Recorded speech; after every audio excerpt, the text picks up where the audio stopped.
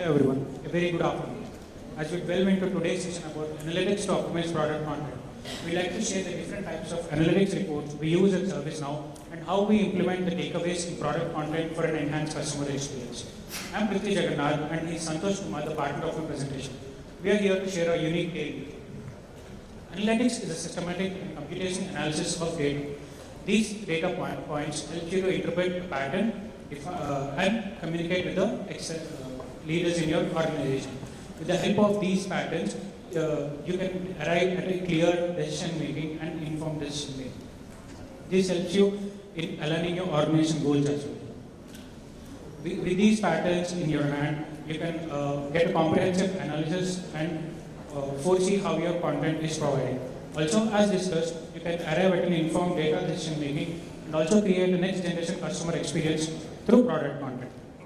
These are some really valuable insights. So, what is analytics? At ServiceNow, we classify analytics as data insights and data products. Using data insights, you get some important information like how to make a decision, what is a content strategy, and how to monitor the content for a better use. During data products, you get to understand how well your product and content is being consumed by the customers. We have this amazing data search points from where the customer access our data. Using these data points, we know the work we do, we know the work we manage, and we also know the impact that we already have on the customers and the impact that we can create. Using all these takeaways, different people at different verticals can plan for the goals and align them with the organization goals. On the other hand, using data products, we get some insights like how well the product is being consumed, product and the content is being consumed by the customers. Also, we can get to the nitty-gritties like how many technical support tickets were really converted into doc tasks by which we can create a better customer experience. To aid all these statistics, we have a homegrown solution. ServiceNow, we have access to these amazing reports which gives you some clear insights. This gives you better horizon and platform to work on the next generation content to meet your customer requirements. This is how a typical analytics reports look like for ServiceNow dockside. This gives you some insights about most view topics, repeated customers, and also this gives you the list of topics sorted by the most views.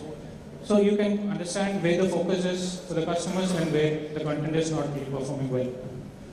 We also have some real-time data where we are excelling and where we need improvement. At ServiceNow, leveraging the advantage, we are relentlessly working towards creating next generation content experience. From here, I'll hand it over to Santosh, who will walk us through a use case about implementing these statistics. Thank you, Prithvi. I'll resume the journey from here on. Presenting to you Mr. Mac. He is our own technical leader at ServiceNow. Mac focuses to work on the customer feedback, to enhance the content, to meet their expectations or even beat their expectations by working on the customer feedback that is being tracked from various sources, that is doc feedback records, support tickets, and the KPI articles. Once Mac has the analytics handy, he studies the report in detail and then shares his insight with the product management team and the engineering team to know like how many customers are viewing our content, what are the most viewed topics, what are the least viewed topics, and then what is the average time that they are spending, to name a few parameters. The data, it seems like Mac is loaded with tons of data, but not to worry, Mac has a plan to ensure that all the customer feedback is implemented. He's also aware that his regular release work shouldn't be affected while working on this, so he drafts a plan and then discusses his plan with the manager to ensure everything is working well. He also shares his plan with the engineering team to let them know like we are coming their way to seek technical help. So Mac pushes himself harder to work on all the customer feedback, and then there could be like back and forth between him and the technical team, engineering team rather, to address some of the customer technical queries like concept-related asks and then screenshots and then code snippets, to name a few requests that the customers are asking. Once everything is addressed, so Mac publishes the content to the internal staging site and sets the stage for review. As we all know, we have both the technical review and the editorial standpoints. So Mac makes note of all the feedback comments that he has received, if any, and then works on them and republishes the content to the staging site to ensure everything is clean. Now what?